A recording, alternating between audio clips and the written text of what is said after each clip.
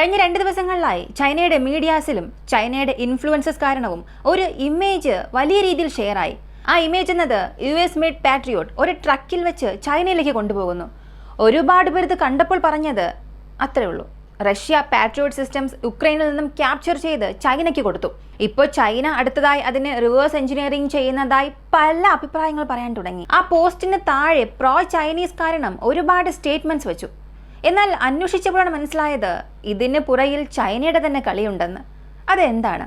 ഇതുകൂടാതെ ഇന്നലെ ക്രീമിയയിൽ നടന്ന അറ്റാക്ക്, ബെൽവക് എയർബേസിൽ നടത്തിയ ആക്രമണത്തിൽ റഷ്യയുടെ വളരെ പ്രധാനപ്പെട്ട 2 വിമാനങ്ങളെ അവർ നഷ്ടപ്പെടുത്തിയെന്ന് ഉക്രൈനിൽ നിന്നും ഒരു ന്യൂസ് വന്നു. ഇത് സംബന്ധിക്കുന്ന സാറ്റലൈറ്റ് ഇമേജും ലീക്കായി. ഇതെല്ലാം ഈ വീഡിയോയിലൂടെ വളരെ വ്യക്തമായി കാണാം. ആദ്യത്തെ കാര്യം ഈ പാട്രിയോട്ടാണ്. ഈ ഇമേജ് നിങ്ങൾ വ്യക്തമായി നോക്കിയാൽ മനസ്സിലാകും. ഒരു പാട്രിയോട്ട് അത് നിർമ്മിച്ച കമ്പനിയിൽ നിന്നും മാനുഫാക്ചറിംഗ് യൂണിറ്റിൽ നിന്നും പുറത്തേക്ക് വന്നാൽ കാണാൻ എങ്ങനെ ഇരിക്കുമോ അതുപോലെ പുതുതായി ആ ട്രക്കിൽ കയറ്റി പുറത്തേക്ക് കൊണ്ടുപോകുന്നു. ആ ഫോട്ടോ ഷെയർ ചെയ്തവർ അത് ഷെയർ മാത്രമല്ല ചെയ്തത്, പല അഭിപ്രായങ്ങളും പറയാൻ തുടങ്ങി. ഈ പാട്രിയോട്ട് എന്നത് അത്ര സിമ്പിൾ അല്ല, വളരെ പ്രധാനപ്പെട്ടതാണ്. അമേരിക്കയിൽ ഉള്ളതിൽ വെച്ച് വളരെ മോസ്റ്റ് അഡ്വാൻസ്ഡ് സിസ്റ്റമാണിത്. നാറ്റോ നാടുകളെ ഷീൽഡ് പോലെ സംരക്ഷിക്കുന്ന ഒരു സിസ്റ്റമാണ് ഇത്. ഉക്രൈന് 3 യൂണിറ്റ് വരെ വെസ്റ്റേൺ കൺട്രീസ് കൊടുത്തിട്ടുണ്ട്. അതിൽ ഉക്രൈൻ 1 യൂണിറ്റ് അവരുടെ തലസ്ഥാനത്തിന് ചുറ്റും നിരത്തി വെച്ചിട്ടുണ്ട്. മറ്റ് യൂണിറ്റുകളെ ഷഫിൾ ചെയ്ത് കാർഖീവ് റീജിയണിൽ മറ്റ് പല സ്ഥലങ്ങളിലായി നിർത്തിയിട്ടുണ്ട്. റഷ്യയെ സംബന്ധിച്ച് പാട്രിയോട്ട് സിസ്റ്റം നശിപ്പിക്കപ്പെട്ടതായി മാത്രമേ പറഞ്ഞിട്ടുള്ളൂ. ഒരു 3 സ്ഥലങ്ങളിൽ അറ്റാക്ക് നടത്തിയപ്പോൾ ഈ പാട്രിയോട്ട് നശിപ്പിക്കപ്പെട്ടുവെന്ന് റഷ്യ ഒഫീഷ്യലായി പറഞ്ഞു. അതിനുള്ള വീഡിയോ എവിഡൻസും ഉണ്ട്. എന്നാൽ ഇന്ന് വരെയും ഒരു സിസ്റ്റം പോലും ക്യാപ്ചർ ചെയ്തതായി റഷ്യ പറഞ്ഞിട്ടില്ല. അപ്പോൾ എങ്ങനെയാണ് ചൈനയുള്ളവർ റഷ്യയിൽ നിന്ന്, അതായത് ഉക്രൈനിൽ നിന്നും പാട്രിയോട്ടിക് ക്യാപ്ചർ ചെയ്ത് റഷ്യ ചൈനയ്ക്ക് കൊടുത്തു? അതാണ് ചൈന ഇപ്പോൾ റിവേഴ്സ് എഞ്ചിനീയറിംഗ് ചെയ്യാൻ പോകുന്നു, ഇങ്ങനെയുള്ള വാർത്തകൾ തിരഞ്ഞു നോക്കിയപ്പോഴാണ് മനസ്സിലായത് ഇതെല്ലാം ചൈനയുടെ തന്നെ വലിയൊരു കളിയാണെന്ന്. അങ്ങനെ അവർ എന്താണ് ചെയ്തതെന്ന് ചോദിച്ചാൽ അത് ഒറിജിനൽ തന്നെ അല്ല, അതൊരു ഡമ്മിയാണ്. ഈ ഇമേജ് കാണുമ്പോൾ അറിയാം അത് എത്ര തന്നെ പുതിയതുപോലെ തോന്നിയാലും അതിന്റെ വീൽസ് എല്ലാം ഡാമേജ് ആണ്. കുറച്ചുകൂടെ തിരയുമ്പോഴാണ് മനസ്സിലായത് നേരത്തെ അമേരിക്കയുടെ എയർക്രാഫ്റ്റ് കാരിയറിനെ തന്നെ, ഒരു സൂപ്പർ കാരിയറിനെ തന്നെ ഡെസേർട്ടിൽ കെട്ടിവെച്ച് ട്രെയിനിങ് എടുത്തവരാണിവർ.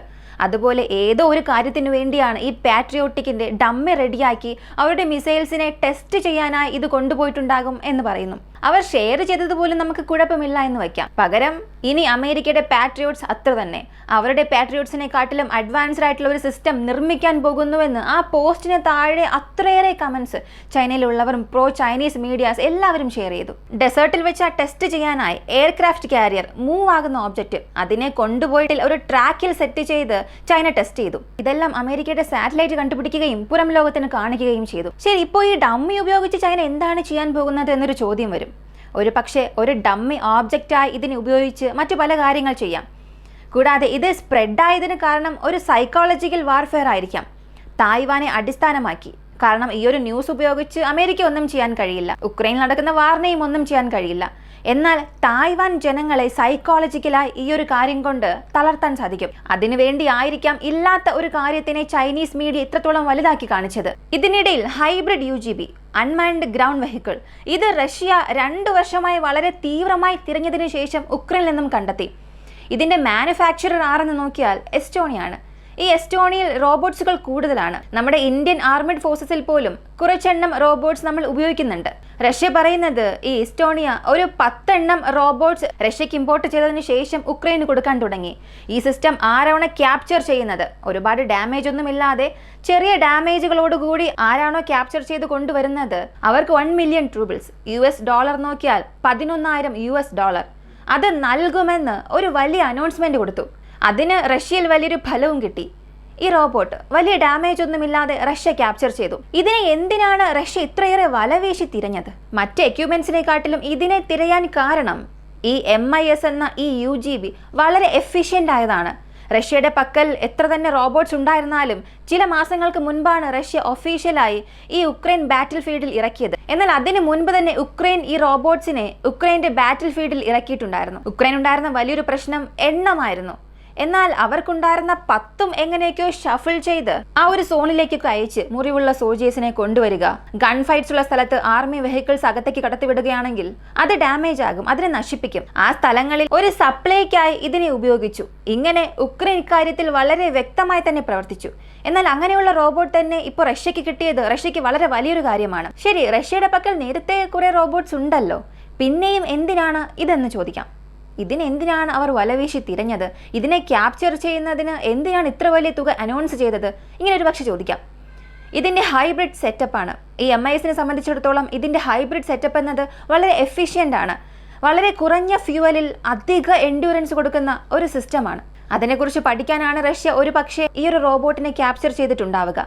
ഇതിനെക്കുറിച്ച് റഷ്യയുടെ പക്കൽ നിന്നും അടുത്ത വിവരങ്ങൾ വരുമ്പോൾ അത് അറിയിക്കാം. അടുത്തത് ക്രീമിയയിൽ നടന്ന അറ്റാക്കാണ്. ബെൽബെക് എയർബേസ്.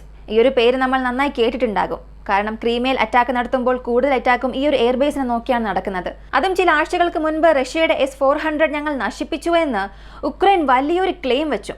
അത്രത്തോളം ആ ഒരു എയർബേസ് വളരെ പ്രധാനപ്പെട്ടതായിരുന്നു.